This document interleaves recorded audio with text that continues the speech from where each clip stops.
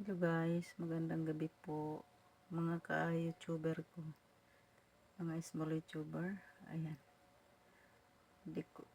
may kwento ako sa inyo guys. Natawa-tawa ko lang. Alam niyo po bang sa sobrang excited sa apo ko, karga ko na yung maliit guys. Tapos pumunta ako dito sa kwarto namin ito. Maliit na kwarto. Tapos alam niyo guys, sobrang excited ng panganay na apo ko. Bigla ba naman akong tinalunan sa likod. Tapos nakatagilid ba ako ba na nakatabing ang katawan ko. Bigla ba naman akong tinalunan guys. Ang sakit masyado. Yung ribs ko ngayon ang sakit. Nagka-fracture yata ako. Kaya pag kumilos ako, humihinto yung aking paghinga. May aksidente talagang ganun, no? Napakakulit ng iyong apo, no? Experience ko talaga. Imbes na makapaghanap buhay ako, makapag massage din sa kapatao kung nangailangan sa akin, humingi ng tulong. Kaso nahinto guys.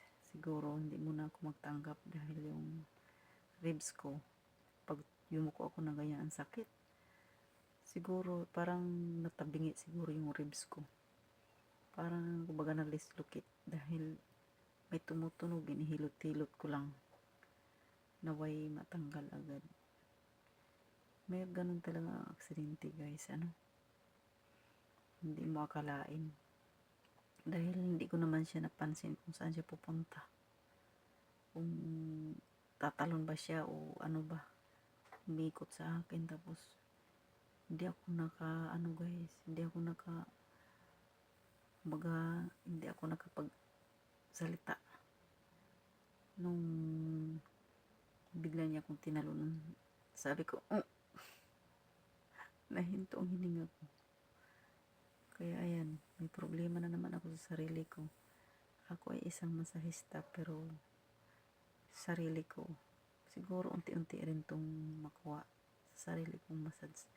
Kasi ayaw kong ipa-doktor to. Dahil pag ipa-doktor ko to, siyempre, orthopedic. Ngayon, ano yung sa orthopedic, ano gagawin nila? Ribs to sa ilalim ng mo, dito sa ilalim ng sikmura. Hindi to sa may sikmura, banda, dito sa tagiliran mo. Dito. Sakit talaga guys. Napakasakit. Tinitiis ko lang, tinatawa-tawa ko lang. Pag kumilos ako, ayun, tsaka na siya kikirot. Para bang napapahinto yung hininga mo. Parang tumutusok. Lord, sabi ko, mga pagsubok na naman to sa buhay ko, Lord. Sabi ko, sana malampasan ko na naman ulit to na mga pagsubok sa akin. Kasi nung una napilayan din pa ako. Ano namin yun, Christmas party last year. Tapos ngayon naman, ito naman sa may ribs. Kahit nagsasalita ako pag kumikilos ako, parang tumutusok ba guys? Tumutusok sa aking laman. Pakahirap. Di natin alam yung aksidente sa ating buhay. Ko. Sa tagliran ko. Pasensya na guys. Mga Team LC. Shout out sa inyong lahat. Aray ko. Tinatawa-tawa ko lang guys. Pero masakit pag kumilos ako. Yan, yun lang naman. Kwento lang. Nagkwento lang ako sa inyo. Dahil minsan nandyan ako sa live nyo, minsan ako wala. Dahil busy sa apo. Ayan. Kanina umalis sila kasi pinapahinga muna ako dahil yun nga, parang hindi ako gulaw-galawin dahil lalapitan pa rin ako ng apo ko. Yung bunso naman ay nagpapakarga, hindi ko naman makarga-karga dahil pagka magkarga ako, tumutusok dito sa ko, sa gilid. Tapos sabi ko, oh, mapapahinto yung aking hininga.